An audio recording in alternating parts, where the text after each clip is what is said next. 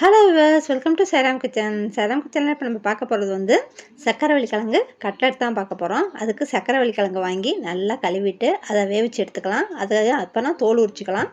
தோல் உரிச்சதுக்கப்புறம் ஒரு மேஷர் வச்சு நல்லா இதை வந்து நல்லா மசிச்சு எடுத்துக்கலாம். பாருங்கள், இது மாதிரி தான் நல்லா உருவம் இல்லாமல் நல்லா எல்லாத்தையுமே மசிச்சுக்கோங்க. அப்புறம் வந்து பாருங்கள், அதோட வந்து கேரட்டு, கொத்தமல்லி தழை, பச்சை மிளகா, வெங்காயம். இது வந்து கேரட் வந்து 1, புதினா கொத்தமல்லி கொஞ்சம், பச்சை மிளகா 1, வெங்காயம் பெரிய சைஸு 1. இதை போட்டு நம்ம நல்லா கலந்துக்கணும். அதுக்கப்புறம் இந்த பைண்டிங்காக கொஞ்சோண்டு கார்ன்ஃப்ளவர் மாவு ஒரு 2 டீஸ்பூன் சேர்த்தாச்சு. கரம் மசாலா 1 டீஸ்பூன். அதுக்கப்புறம் காரப்பொடி ஒரு அரை டீஸ்பூன். இஞ்சி பூண்டு விழுது கொஞ்சம்.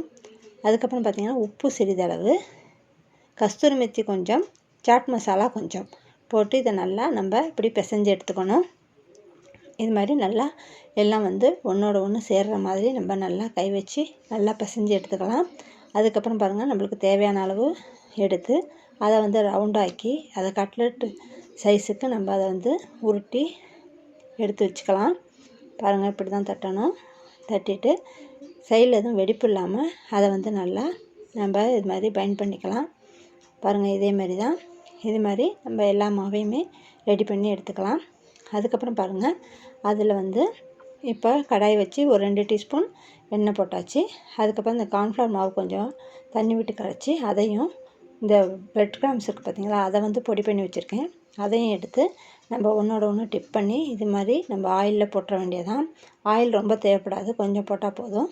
இது மாதிரி எல்லாத்தையும் நம்ம போட்டு எடுத்துடலாம். சூப்பரான நம்மளுக்கு கட்லெட் ரெடி ஆயிடும். பாருங்கள், லைட்டாக தான் எண்ணெய் ஊற்றணும். இது மாதிரி ஒவ்வொன்றா மெதுவாக திருப்பி போட்டு நம்ம இது மாதிரி செவக்காய் எடுத்தோம்னா சூப்பரான சக்கரவள்ளி கிழங்கு கட்லெட் ரெடி ஆயிரும். உங்களுக்கு இந்த வீடியோ பிடிச்சிருக்குன்னு நினைக்கிறேன். பிடிச்சிருந்தா லைக் பண்ணுங்கள், ஷேர் பண்ணுங்கள், சப்ஸ்கிரைப் பண்ணுங்கள். தேங்க்யூ.